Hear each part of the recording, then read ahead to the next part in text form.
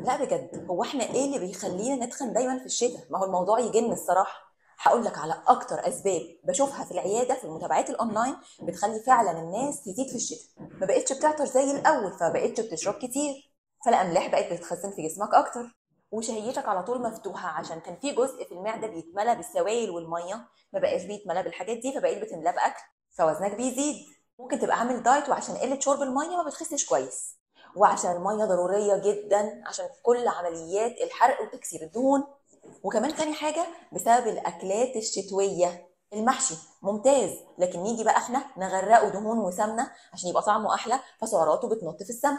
فالمفروض نقلل السعرات شويه بان احنا نقلل الدهون شويه. القلقاس نشويات مركبه ممتازه وما فيهوش مشكله، بس باجي اكل جنبه كميه رز كبيره او عيش كتير جدا وما باكلش سلطه، فوزني بيزيد. واكلات شتويه برضو البطاطا السخنه، طول ما انا رايح جاي قاعد القط واحده في التانيه في التالته، على اخر اليوم بلاقي نفسي اكلت كتير جدا، فلازم اكل النشويات باعتدال ومش على جوع.